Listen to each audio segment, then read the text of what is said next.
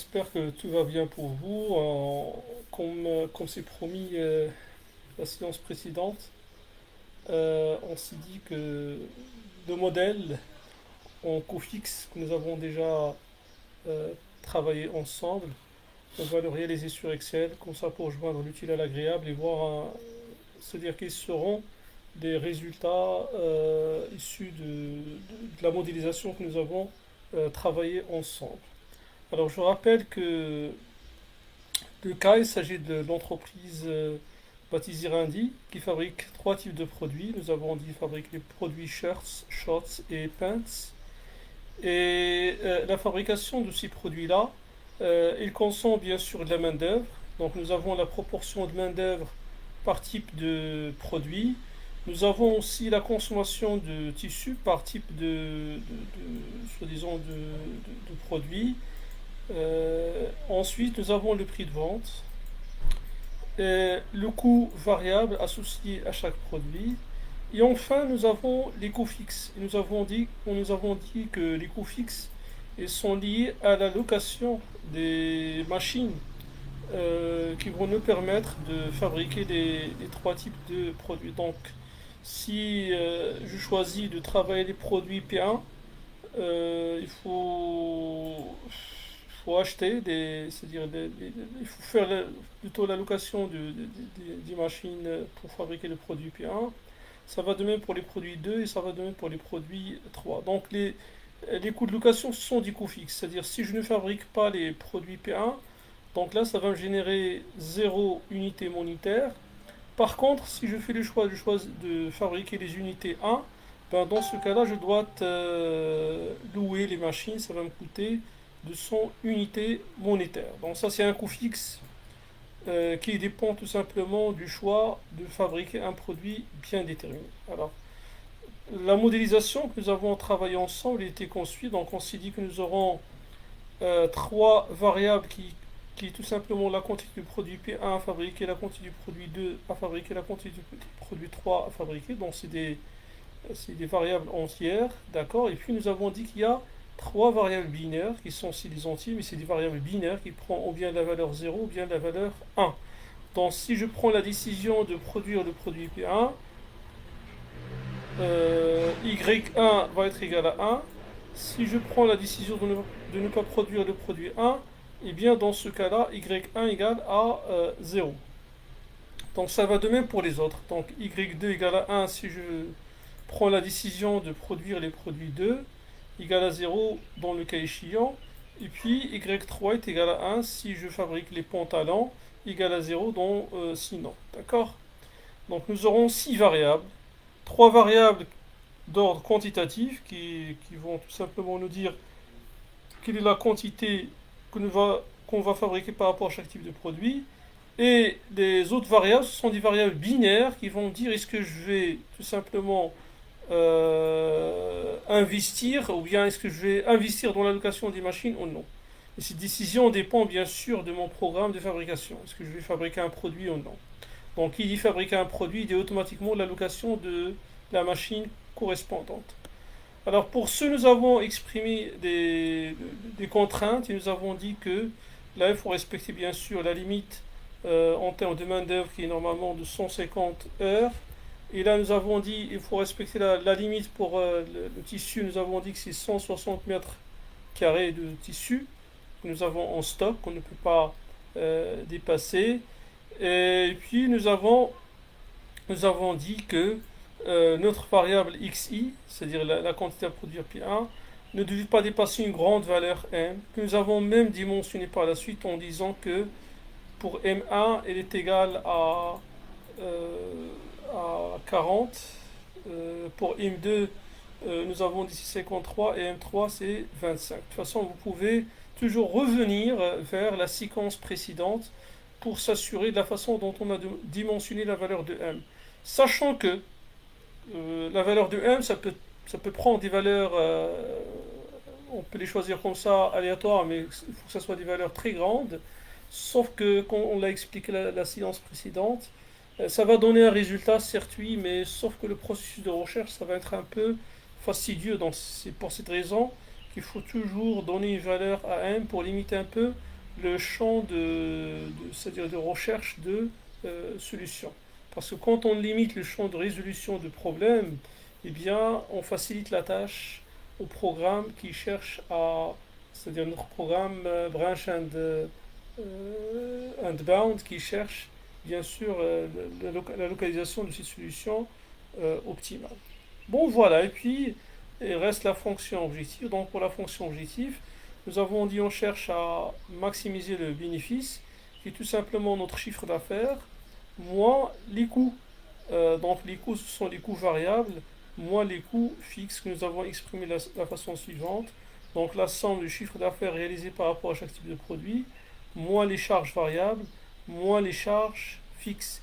Et comme ça a été déjà mentionné, les charges fixes dépendent de notre décision, est-ce qu'on va produire ou bien est-ce qu'on ne va pas produire.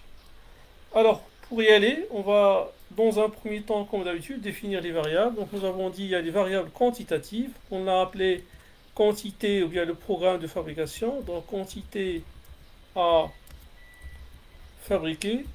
Donc pour moi, la quantité à fabriquer, c'est les fameuses X1, X2, X3. Donc je vais mettre ici la couleur jaune. Et puis, dans ça, c'est la première décision, c'est quel est le nombre de produit 1, le nombre de produit 2 et le nombre de produit 3 à fabriquer. La deuxième catégorie de décision, c'est location d'e-machine. Donc ce sont mes fameux Y que nous avons dit, ce sont des variables binaires. Bon voilà, nous aurons trois variables binaires. Donc si la variable y1 égale à 1, ça signifie qu'on va faire la location des machines pour produire les produits 1 et ainsi de suite, comme ça a été expliqué tout à l'heure. Alors pour les contraintes, donc nous avons dit on ne peut pas dépasser 150 heures de main d'œuvre, 160 mètres carrés de tissu. Après, bon, on peut mettre bien sûr les valeurs de M, comme ça a été déjà dimensionné. Donc valeur, valeur, valeur IM de I. Alors, la valeur de IM de I, bon, on l'a dimensionné ensemble. On a trouvé que c'est 40, 53, 25. Voilà. Donc 40, voilà, 40, 53 et 25. Parfait. Alors, qu'est-ce qui reste maintenant à définir? Ben, il reste la fonction objectif. Alors, nous avons dit que la fonction objectif, c'est le chiffre d'affaires. Donc, on peut écrire ici chiffre d'affaires. Donc, le chiffre d'affaires, c'est quoi? C'est tout simplement la somme. Maintenant, vous avez l'habitude d'utiliser les fonctions somme prod. Voilà. Donc, la somme prod des prix de vente, point virgule, les quantités à fabriquer. Donc ça, c'est le chiffre d'affaires que l'on va générer suite à la vente des produits fabriqués. Après, il y a les coûts variables. Donc pour les coûts variables, la même chose, si sans prod, donc sans prod, les coûts variables, point virgule, les quantités à fabriquer. Parce que les coûts variables, ils sont proportionnels à la quantité à fabriquer. Et puis il y a les charges fixes. Alors pour les charges fixes, la même chose, c'est sans prod. Donc sans prod. Location machine. Bon, on peut toujours commencer par les. Donc coût fixe. Point virgule, Y1, Y2, Y3, c'est-à-dire la décision de louer ou non une machine. Voilà. Alors je peux toujours vérifier en faisant un test. Imaginez qu'on va fabriquer normalement, si on fabrique par exemple 100 produits 1, et si je fabrique 100 produits 1, il faut prendre la décision de louer la machine. Donc normalement je vais avoir ici 1. Donc voilà, ma charge fixe c'est 200, c'est-à-dire le coût de location de la machine pour fabriquer les produits 1. Mes charges variables c'est 100 fois 6, ça me donne 600. Et le chiffre d'affaires que l'on va réaliser c'est 100 fois 12, qui est égal à 1200. Sachant que c'est une solution qui n'est pas réalisable. Pourquoi? Parce que si je multiplie 3 fois 100, ça va me donner 300. Alors que 300 dépasse largement les 150, c'est-à-dire la limite que nous avons par rapport à la production du produit 1. Et en même temps, nous avons dit que normalement, mon x doit être inférieur à 40. D'accord? Alors que là, bon, Si je mets normalement le maximum qu'on peut produire de produit 1, c'est 40. Maintenant, je vais respecter tout, hein. Donc, voilà le chiffre d'affaires, le coût variable. Donc, voilà, les deux chiffres là, ça varie. Par contre, le coût fixe, il reste toujours le même. Pourquoi? Parce que lui, il est toujours associé à la décision de louer ou ne pas louer une machine. Voilà.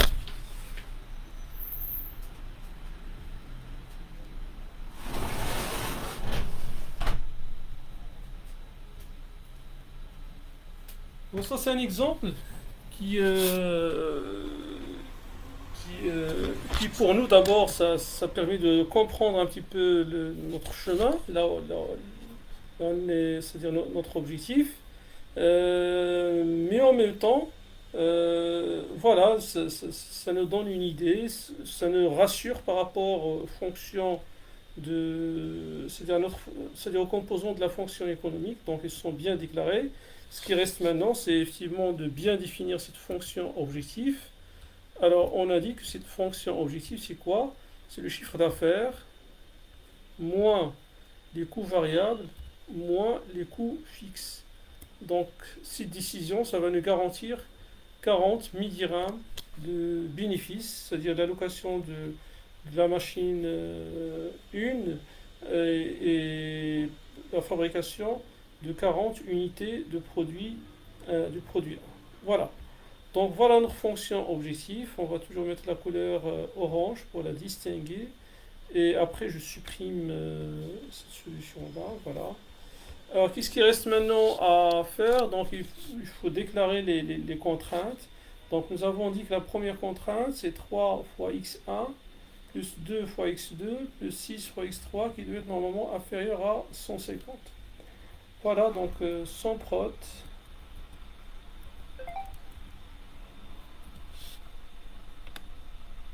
point virgule, euh, des quantités qui doivent être inférieures à 150. La même chose, sans prot,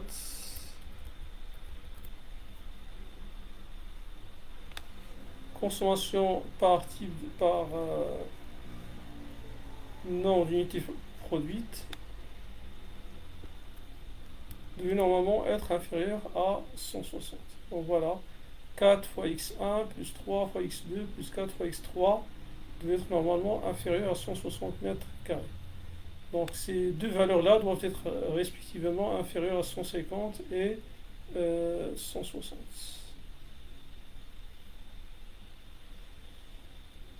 Ok, donc je crois que notre modèle il est bien déclaré sur la feuille Excel. Ce qui reste maintenant à faire, c'est comme d'habitude d'aller vers le solver Excel. Alors je vais aller vers le solver pour lui dire voilà ma fonction objectif que je cherche à maximiser parce que je cherche à maximiser mes bénéfices. Alors les cellules variables, c'est toutes les cellules jaunes. Voilà, j'ajoute les premières contraintes, c'est la nature des variables. Donc là, j'ai des variables qui sont entières. Voilà. Après, j'ai des variables qui sont binaires. Voilà. Après, je vais ajouter que ces deux contraintes-là doivent être inférieures à mes capacités. Ensuite, il faut dire que je crois qu'on a oublié de multiplier la variable fois le m, donc il faut le déclarer quand même. Je vais dire annuler, fermer. J'ai oublié la dernière contrainte, c'est-à-dire que x il est inférieur à m fois la variable binaire yi. Donc, chose que je vais faire là, donc égal fois 40. Voilà.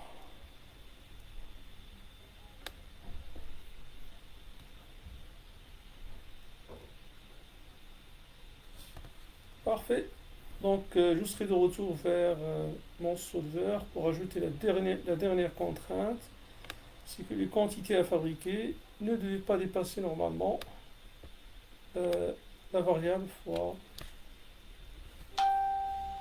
pardon, la variable linéaire fois la valeur n correspondante à chaque situation.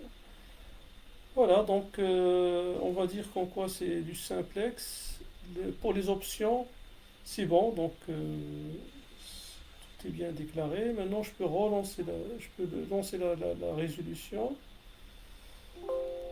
Voilà, donc il me dit que le solver a trouvé une solution satisfaisant toutes les contraintes et les conditions d'optimisation. Alors on verra qu'ici la décision de solver. Donc voilà la décision. Alors le solver, il a ignoré la fabrication de P1 et P2, il a choisi la fabrication de P3. Ça va dégager un bénéfice de 75 000 dirhams. Vous voyez, parce qu'il a choisi la production de P3, il a mis la variable y1 égale à 1. D'accord? Par contre, pour les autres, donc 0, 0, c'est-à-dire on ne va pas fabriquer le produit P1, donc en contrepartie, il n'y a pas question de louer les machines P1. On ne va pas fabriquer le produit 2, donc il n'y a pas question de louer la machine P2. Alors même la décision, on peut l'expliquer par certains éléments. Peut-être que c'est le coût fixe qu'il a imposé parce que l'allocation des machines qui fabriquent le P3, normalement, ils ont le coût fixe le moins cher, d'accord. Et en même temps, vous voyez que le prix de vente, il est quand même il est intéressant, mais les coûts variables aussi, ils sont ce qu'ils sont, d'accord. Même, ça va de même pour la main-d'œuvre, ça consomme énormément de main-d'œuvre, la fabrication des pantalons par rapport aux autres. Là, c'est le double et là, c'est le triple par rapport aux shorts. Donc, ça se voit qu'effectivement, c'est le coût fixe qui a influencé la décision de Solver. Ok, alors maintenant, juste pour voir l'intérêt, l'intérêt à intégrer c'est-à-dire la contrainte que nous avons spécifiée la dernière fois, à savoir que xi est inférieur à m fois yi, ben, on suppose que cette contrainte, elle est ignorée. Donc je vais aller là, vers le solver, et je prends la contrainte, normalement c'est là, la deuxième, je vais la supprimer. Alors, si je supprime cette contrainte et je relance mon modèle, qu'est-ce qui va se passer? On aura une solution, certes oui, une solution très intéressante, mais qui est contradictoire. Vous voyez, cette fois-ci, le programme, il a fait le choix pour lancer 30 produits 1 et 10 produits 3, d'accord. Il y a une contradiction, il me dit pour y1 égale à 0, y3 égale à 0, c'est-à-dire il n'a pas loué ni la machine 1 ni la machine 3. Alors, chose qui est contradictoire, parce que comment puis-je lancer les produits 1 et les produits 3 alors que les machines ne sont pas louées? Donc, à travers cet exemple simple, vous allez maintenant comprendre l'intérêt de la contrainte que nous avons partagée la dernière fois, qui fait que xi doit être toujours inférieur à m fois y. Pourquoi? Parce que si vous me dites que yi égale à 0, d'accord, si la machine n'est pas louée, eh bien cette contrainte va imposer à xi d'être égal aussi à 0. C'est-à-dire que si cette machine-là n'est pas louée, donc forcément la quantité à fabriquer va être égale à 0. Mais en l'absence de cette contrainte, nous générons bien sûr ce genre de solutions qui ne sont pas des solutions pertinentes. Tu me dis, tu fabriques le produit P1 et en contrepartie, il ne faut pas louer les machines pour fabriquer le produit P1. C'est une chose qui est bien sûr contradictoire. D'où l'intérêt bien sûr de d'intégrer les contraintes xi inférieure à une valeur grand M fois la variable binaire. Donc je serai de retour vers le programme pour ajouter cette contrainte-là. Voilà. Donc, pardon. Les quantités à fabriquer sont inférieures à m fois. Voilà. Alors cette fois-ci, le problème sera résolu. Et vous voyez que maintenant c'est plus contradictoire. Si une quantité à fabriquer, donc forcément, en parallèle, il doit y avoir une machine à louer. Alors pourquoi le solver s'est comporté de la sorte? Parce que tout simplement dans la fonction objectif, nous avons ici moins coût fixe fois y. Donc moins une charge. Alors si je n'impose pas cette contrainte-là, c'est tout à fait évident que le solver il va donner à y1, y2, y3 est égal à 0 automatiquement. Comme ça, il va éliminer les coûts fixes. Mais chose qui ne correspond pas à la réalité parce que les coûts fixes ils doivent être là à chaque fois qu'on prend la décision de fabriquer un produit bien déterminé. Alors voilà, ça c'est juste pour récapituler, pour un peu pratiquer c'est-à-dire la résolution du produit sur lequel on s'est arrêté la dernière séance. Alors maintenant, on va aller vers une nouvelle catégorie de problèmes dans la programmation en nombre entier. Donc pour y aller, je serai obligé, comme d'habitude, d'arrêter le partage. Après, je relance ma présentation PowerPoint pour présenter les problèmes qu'on appelle les problèmes d'affectation. Une fois que les problèmes c'est-à-dire le problème sera présenté, son algorithme, etc., on va être de retour vers Excel pour résoudre le problème sur Excel. Mais avant de passer à la modélisation mathématique en nombre entier de ce problème d'affectation, on va passer via l'heuristique permettant de résoudre ce type de problème. Et ensuite, on va continuer sur la modélisation classique en nombre entier. Voilà. Alors j'arrête le partage.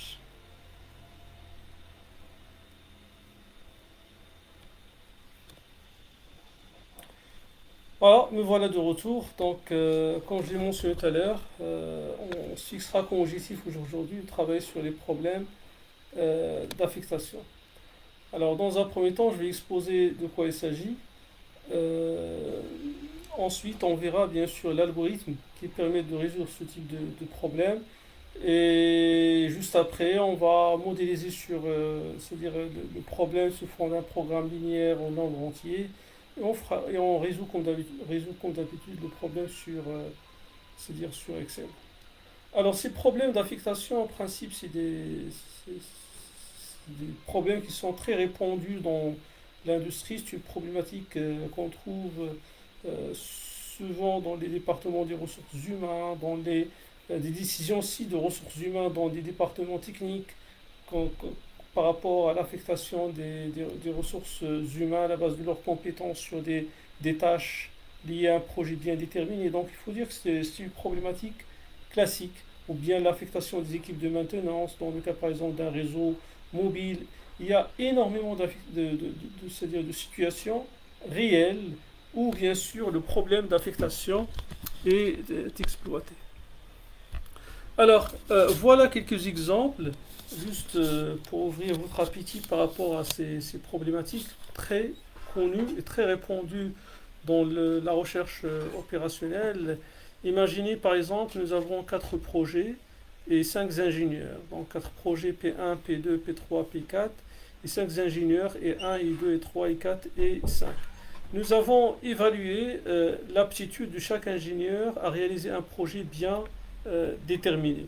Donc nous avons noté, par exemple ici pour l'ingénieur 1, c'est un ingénieur mécanicien. Sur le projet 1, qui est la mise en place d'un système hydraulique, on lui a donné une note de 7 à la base de ses compétences, son expertise, etc.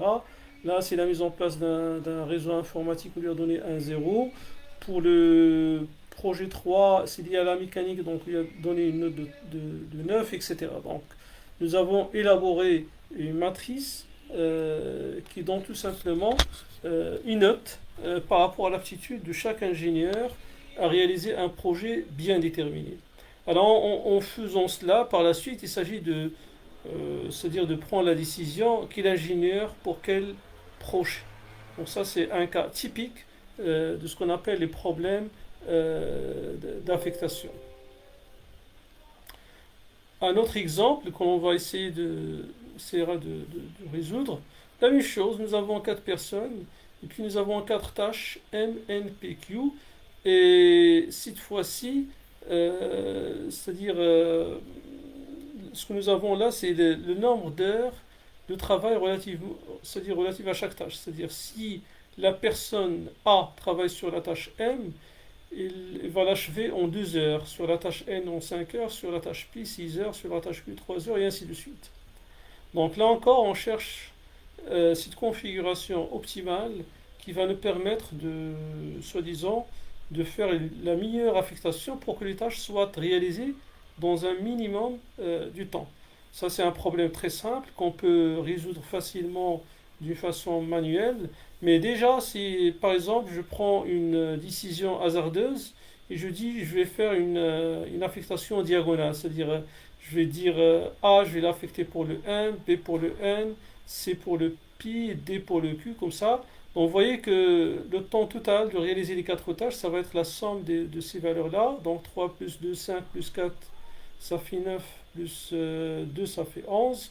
Si je le fais dans le sens contraire, d'accord, je vais affecter la personne D à la tâche M, la personne C à la tâche N, la personne B à la tâche Pi et la personne A à la tâche Q. Donc dans ce cas-là, si vous faites la somme, donc 4 plus 6 plus 2 plus 3, ça fait 15 heures. Donc déjà, ça se voit que la première décision est beaucoup plus intéressante que c'est-à-dire la deuxième décision, parce que là, tout à l'heure, on a dit que le temps total pour réaliser les tâches, c'est 11 heures, alors que là, le temps total pour réaliser les tâches, c'est 15 heures.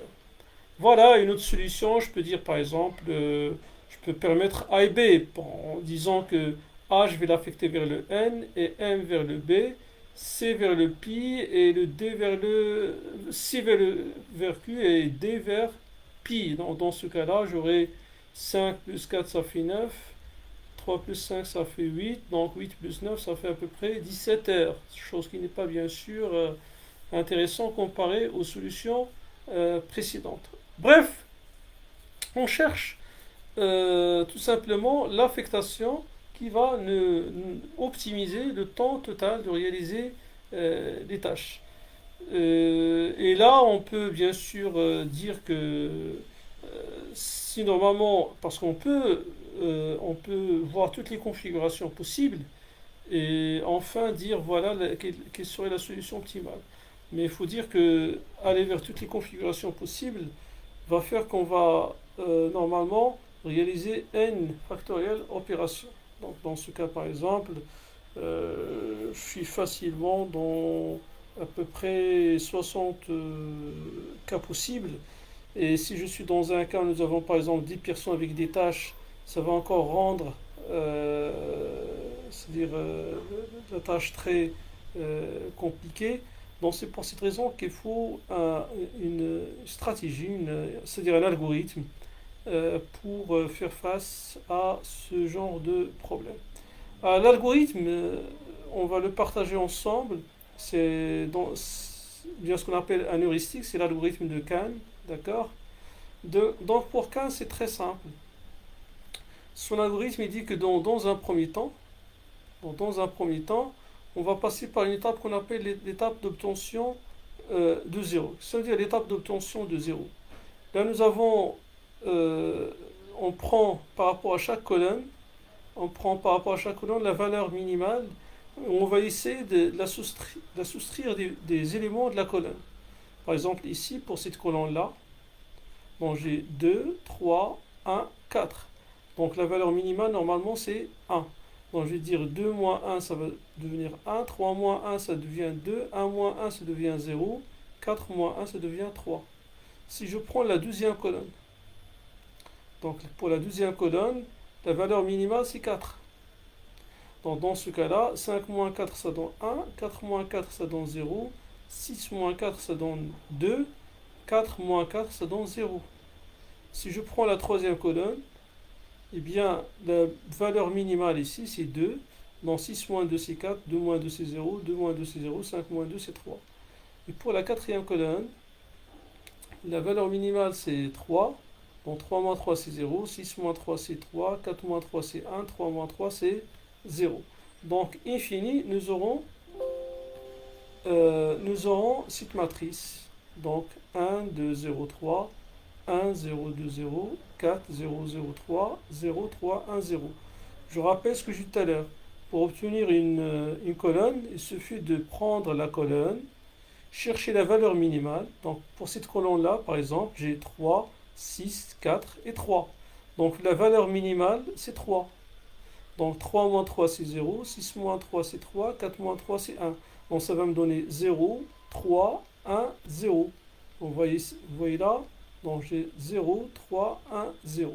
Donc le même travail a été fait pour les autres colonnes. Après, on va refaire la même chose pour la ligne. C'est-à-dire, je prends une ligne et je cherche quelle est la valeur minimale. Donc, si vous avez fait attention, comme par hasard dans cet exemple-là, toujours la valeur minimale c'est 0. Donc, puisque toujours tout le temps la valeur minimale c'est 0, donc il n'y aura pas de modification. Donc, parce que de toute façon 1 moins 0 c'est 1, etc. Voilà, donc pour la première ligne, donc la valeur minimale c'est 0, donc ça va rester invariable.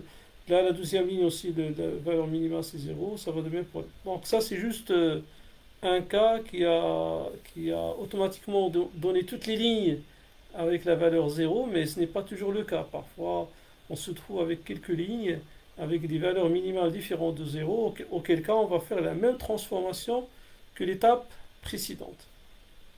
Alors, une fois c'est fait, qu'est-ce qu'il dit can? Il vous dit il faut chercher la ligne où il y a le minimum de 0.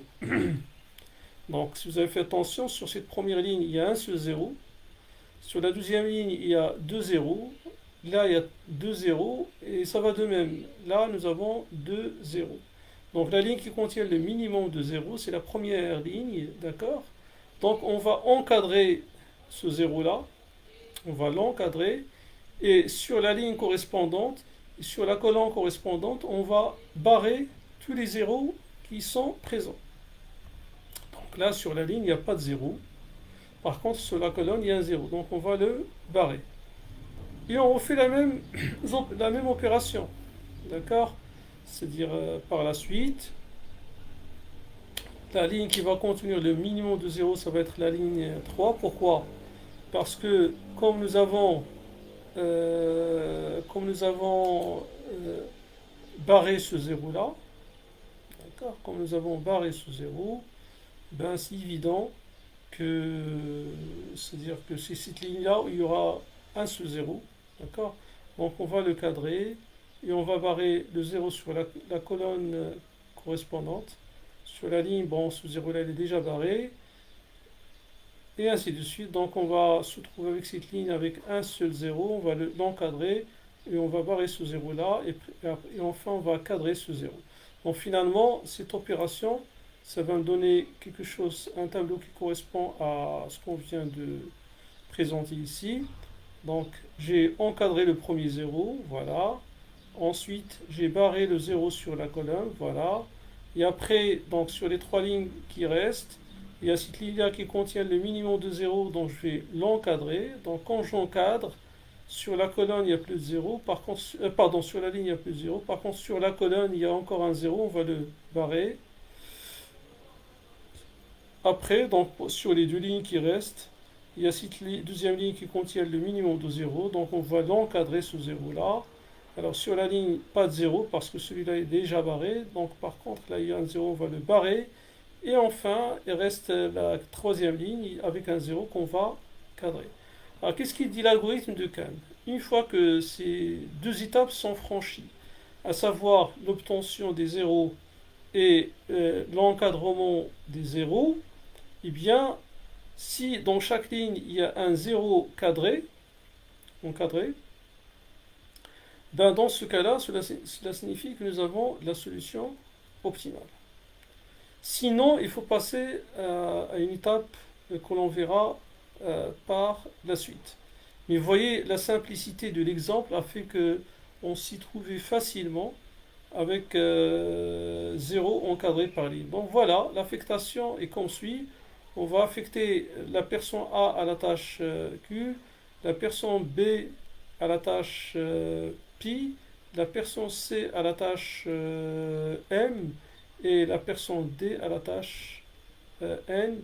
Et ça va nous donner un total de 10 heures de travail. Donc moins que la meilleure solution que nous avons travaillé tout à l'heure qui était de 11 heures. Ok? Dans cette solution-là, ça va nous permettre d'épargner 1 heure de travail. Voilà.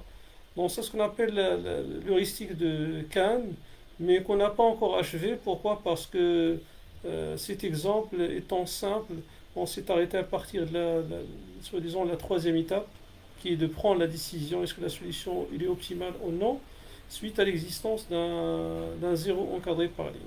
Dans cet exemple, oui, parce qu'il est simple, on s'y trouve avec un zéro encadré par ligne, mais pour voir, c'est-à-dire la suite de l'algorithme, on sera obligé de travailler un exemple beaucoup plus élaboré, et auquel cas on va voir les étapes suivantes via cet algorithme. Alors, les étapes, ils sont là. Bon, je ne vais pas les lire comme ça parce que ce qui serait toujours intéressant, c'est de passer par un exemple pratique. Mais l'essentiel, si on se trouve dans une situation où, par exemple, on n'a pas un zéro encadré par ligne, c'est-à-dire il y a une ligne, c'est-à-dire sans zéro encadré, il n'y a que des zéros barrés. D'accord? Ben, si on se trouve dans cette situation-là, on marque d'une croix toute ligne ne contenant aucun zéro encadré, d'accord? Et sur cette ligne-là, on va chercher ce qu'il y a un zéro barré. On le trouvera certainement, d'accord?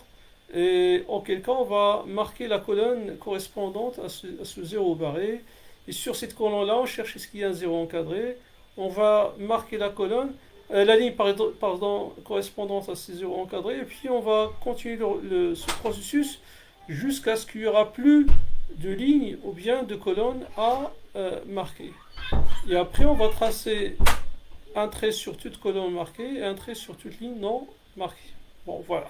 Donc, chose que l'on va faire tout de suite. Il n'y a pas mieux que la pratique. Donc, prenons cet exemple. Nous avons 5 ouvriers A, B, C, D, E à affecter sur 5 machines. 1, 2, 3, 4, 5.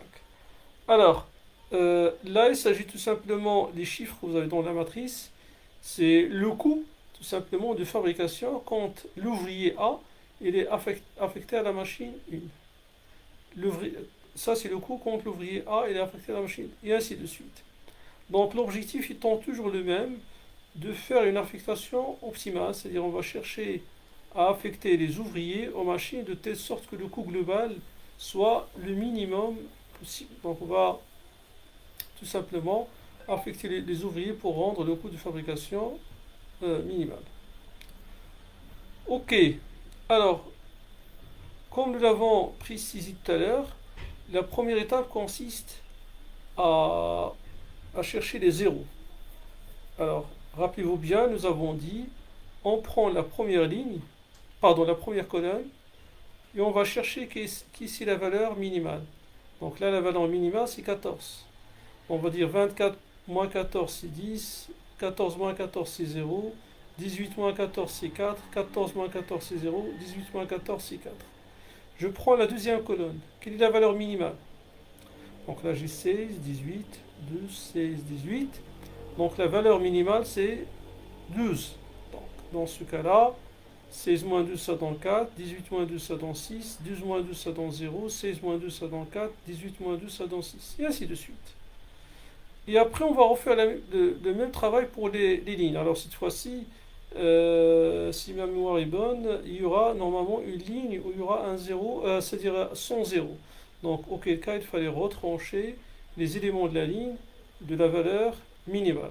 Comme ça, on va garantir des zéros par ligne et par un minimum de zéros par ligne et par colonne. Voilà, une fois que ce travail est fait, on va se trouver avec cette matrice. D'accord? Et dans cette matrice, vous voyez qu'il y a maintenant des zéros par ligne. D'accord? Et ça va de même des zéros par colonne. Donc, nous avons bien franchi les étapes d'obtention de zéros. Donc, on a travaillé les colonnes, et après on a travaillé les lignes, et comme ça, nous avons rassuré une matrice où il y a pour chaque ligne, il y a au moins un 0, et pour chaque colonne, il y a au moins un 0. Alors l'étape suivante, nous avons dit qu'il faut chercher la ligne qui contient le minimum de 0. Alors, si vous faites attention, dans la première ligne, nous avons deux zéros. Là, il y a un seul. Là, il y a deux. Là, il y a un seul. Là, il y a deux. Vous voyez, la deuxième ligne et la quatrième ligne, il contient un seul zéro. Vous pouvez choisir la ligne qui vous convient. Il n'y a pas de règle. D'accord? Il n'y a pas de règle. Puisque les deux contiennent un zéro, bon, on peut choisir la deuxième ligne comme on peut choisir la troisième. Ça ne pose pas de problème. Donc, on va choisir la deuxième. Donc, c'est pour cette raison que là, nous avons mis le bleu. Donc, pour moi, le bleu, c'est le zéro encadré. Donc, on a entouré ce zéro-là. On l'a encadré. Alors, puisque c'est encadré, je cherche sur la ligne, est-ce qu'il y a un zéro? Non, il n'y a pas de zéro. Sur la colonne, est-ce qu'il y a un zéro? Oui, il y en a deux. Donc, on va les barrer. Donc, le rouge, pour moi, c'est 0 barré. Par la suite, on va faire exactement la même chose. On va chercher ici la ligne qui contient le minimum de 0. Alors, à ce stade-là, pour la première, il y a toujours 2 zéros. Pour la troisième, il y a toujours 2 zéros. Pour la cinquième, donc nous aurons normalement 2 zéros. Ce prétexte que celui-là, ça y est, il est barré. Donc, 2 partout, comme d'habitude, on sélectionne au hasard une des lignes et on sélectionne au hasard dans la ligne un des zéros. D'accord? Et ça va toujours donner de bons résultats. Donc, si je sélectionne, si je prends les trois lignes, donc là en principe, pardon, oui c'est bon, donc on va choisir par exemple la troisième. Donc, si je sélectionne par exemple la troisième, donc je vais encadrer le 0 là, voilà. Alors si je l'encadre sur la colonne, il n'y a plus de 0. Par contre sur la ligne, il y a un 0. Bon, je le barre. Et après on va se trouver avec la première, la troisième, pardon, et la cinquième ligne qui contient tous les deux x égale 2, 0. Bon, là encore, puisque c'est 2, 0, bon, on peut choisir encore au hasard une des lignes. Donc je choisis par exemple la première. Sur la première, nous avons 2 zéros, donc on va choisir encore au hasard l'un des zéros. Je choisis ce zéro-là ou bien l'autre, ça va absolument rien changer vis-à-vis de la solution optimale.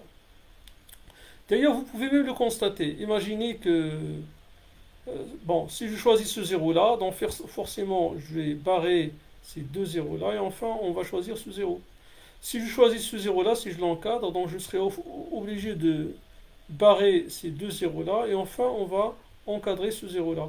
Si vous faites attention dans la matrice des coups, donc là, 22 plus 2, ça donne combien? Ça donne normalement 34. 26 plus 8, ça donne 34. Juste pour vous dire que ça donne la même chose. D'accord? Donc voilà, ne vous souciez pas par rapport à est-ce que je vais choisir le premier zéro ou bien le deuxième. Choisissez toujours un au hasard. Ça va de même pour les lignes. Si vous avez plusieurs lignes avec le même nombre de zéros, d'accord? Choisissez une des lignes au hasard. Et vous aurez toujours un très bon résultat. Ça va jusque-là? Perfect. Alors, cette fois-ci, contrairement à l'exemple que nous avons travaillé tout à l'heure, il s'est avéré que pas toutes les lignes, elles ont un zéro encadré. Parce que oui, il y a un zéro encadré dans la première ligne, il y a un zéro encadré dans la deuxième ligne, dans la troisième ligne, dans la cinquième ligne, mais pas dans la quatrième ligne. Alors, c'est pour cette raison qu'il faut faire suite à l'algorithme de Kahn qui dit on marque d'une croix toute ligne ne contenant aucun zéro encadré. Chose que je vais faire. Donc, la colonne, c'est-à-dire la ligne qui ne contient, qui n'a pas de zéro encadré, normalement c'est la ligne 4. Donc là, je vais mettre étoile. D'accord? Donc je vais mettre étoile ici. Et après, sur cette ligne, je vais chercher ce qu'il y a un zéro barré. Je le trouve là. D'accord? Donc, je mets étoile sur la colonne correspondante. Voilà, j'ai mis étoile là. Et puis, sur la colonne, on va chercher ce qu'il y a un zéro barré. Oui, il y a un zéro barré. Et, pardon, un zéro encadré. Oui, il y a un zéro encadré. Bon, voilà, il y a un zéro encadré, effectivement. Donc, je vais mettre l'étoile sur la ligne correspondante. Ça va de même, je cherche sur la ligne, est-ce qu'il y a un zéro barré? Cette fois-ci, il n'y a pas de zéro barré. Mais normalement, s'il y avait un zéro barré, Il faut encore mettre étoile sur la colonne correspondante. Et sur la colonne, il faut chercher ce qui est un zéro encadré. On va mettre encore une croix sur cette ligne qui contient le zéro encadré. Et en même temps, on va chercher sur cette ligne est-ce qu'il y a un zéro qui est barré, et ainsi de suite. Dans cette fois-ci, on va s'arrêter à partir de cette étape-là. Pourquoi? Parce que maintenant, il n'y a plus de zéro barré sur la ligne. Donc après, qu'est-ce qu'on va faire? On va passer un trait sur la ligne, sur la colonne, sur toute colonne, c'est-à-dire marquée par l'étoile, et on va passer un trait sur toutes les lignes non marquées par le symbole étoile. Donc chose que l'on a fait ici. Voilà, comme ça, comme ça, comme ça, comme ça. Vous m'avez compris, donc j'ai mis un trait sur la colonne marquée et des traits sur les lignes non marquées. Alors à ce stade-là, si vous avez fait attention, j'ai certaines valeurs non barrées.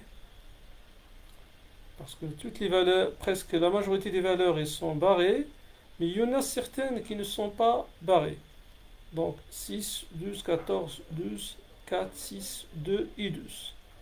Alors la valeur minimale, parmi toutes ces valeurs-là, bien sûr, c'est 2.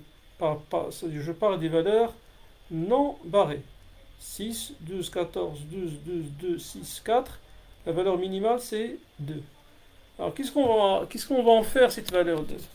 Eh bien, cette valeur 2, on va la retrancher des éléments qui ne sont pas barrés. On va la rajouter pour les éléments qui sont barrés 2 fois. Et pour les éléments barrés une seule fois, on va les garder tels qu'ils sont. Donc, pour vous dire que normalement 6 ici va devenir 4. 12 il va devenir 10. C'est-à-dire, on va dire 6 moins 2. 12 moins 2, 14 moins 2, 14 moins 2, 12 moins 2, donc là nous aurons 10.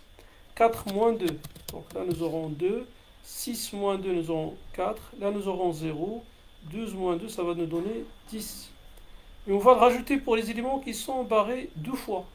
10, il est barré 2 fois, donc il va devenir 12. 4, il est barré 2 fois, donc sa valeur devient 6. 0, là, il est barré 2 fois, donc sa valeur devient 2, c'est-à-dire 0 plus 2. 0 plus cette valeur minimale des éléments non barrés. Et les autres valeurs qui sont barrées une seule fois, ils vont rester ce qu'ils sont, invariables. Donc 4 reste 4, 0, etc.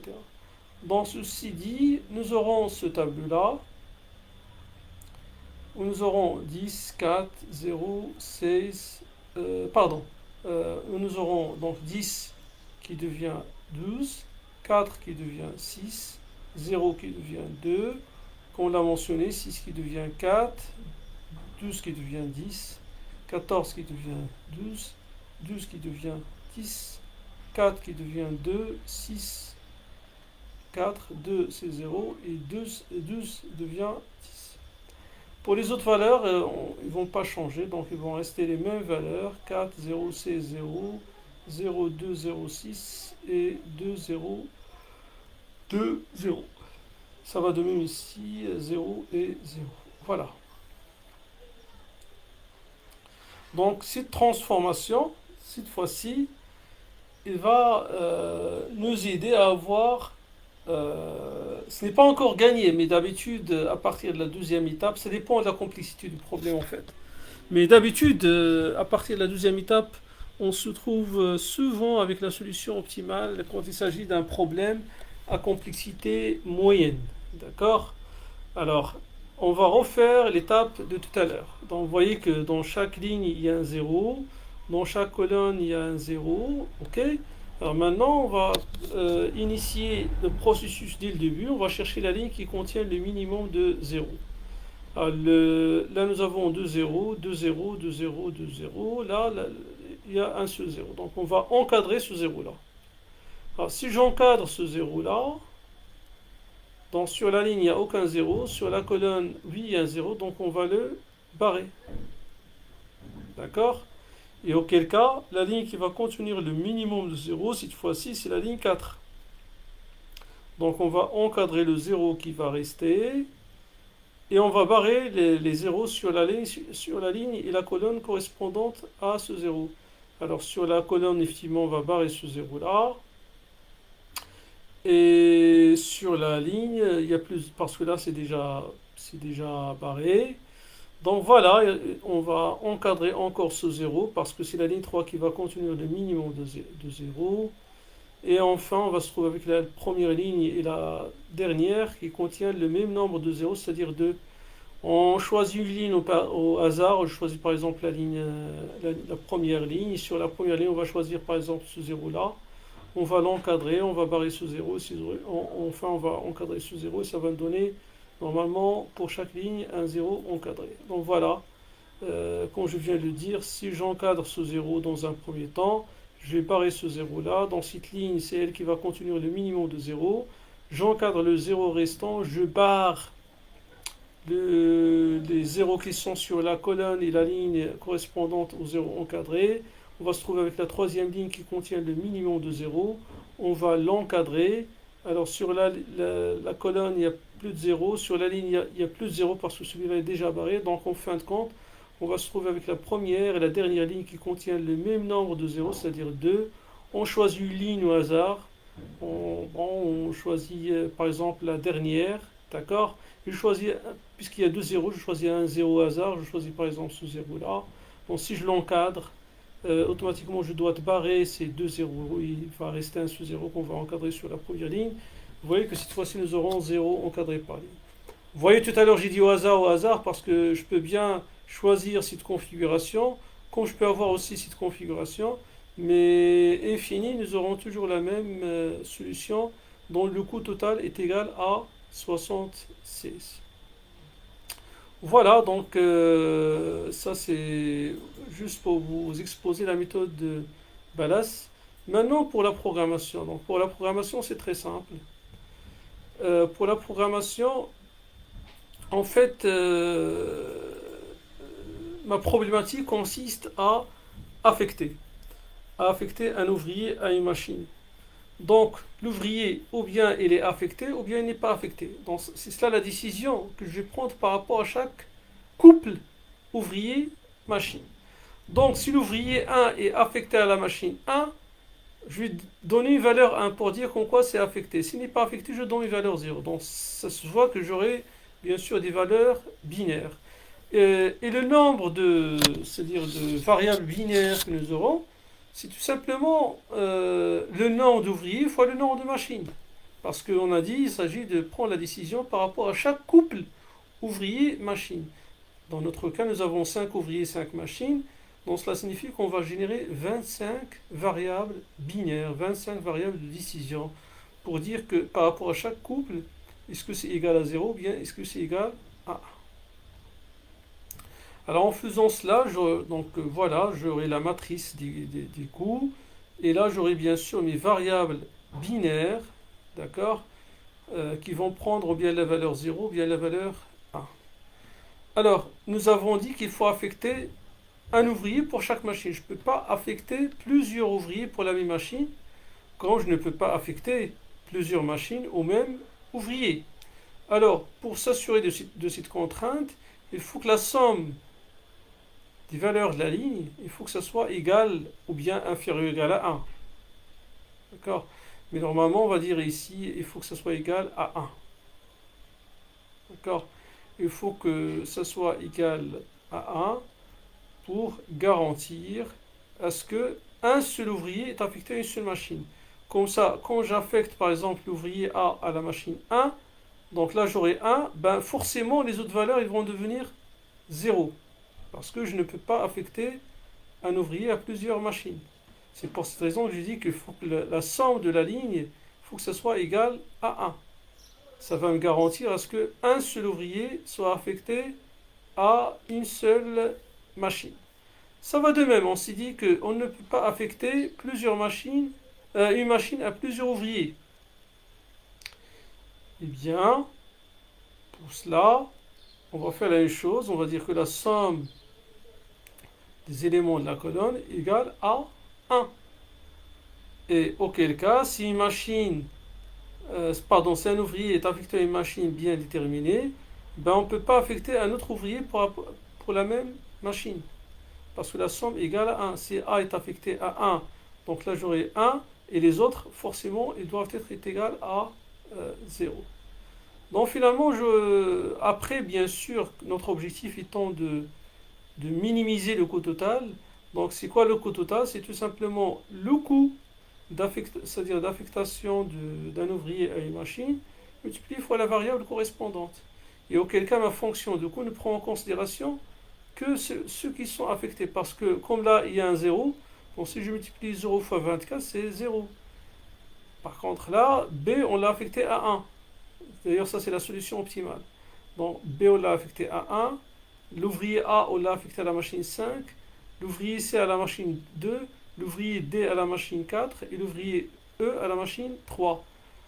Et dans ce cas, on ne prend en considération dans la fonction de coût que bien sûr les valeurs qui sont affectées. Donc 14 fois 1 plus d'autres valeurs fois 1, etc. Et au total, ça donne 76. Bon, c'est un cas qui n'est pas compliqué. Je ne sais pas, est-ce qu'on aura le temps de... Il reste encore 3 minutes. Bon, je vais essayer. Pour ce, je serai encore obligé d'arrêter le partage. Bon, je vais l'arrêter tout de suite. Je vous rejoins.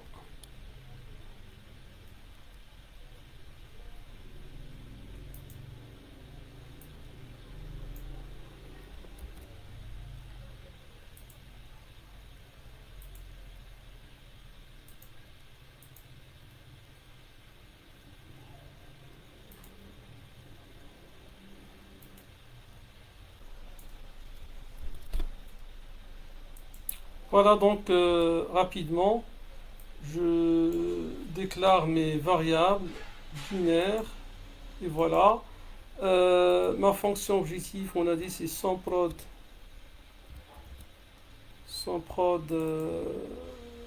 du coup point virgule variable correspondante. Voilà. Et dans ce cas-là, j'appelle rapidement le solver pour lui dire voilà ma fonction objectif que l'on cherche à minimiser. N'oublions pas les sommes ici, donc somme de la ligne, somme de la colonne aussi, voilà.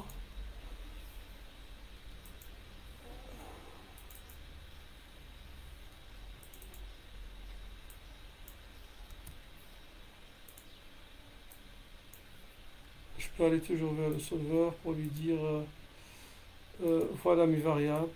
Donc les variables, on va dire que ce sont des variables binaires. Voilà, ajouter que ça est égal à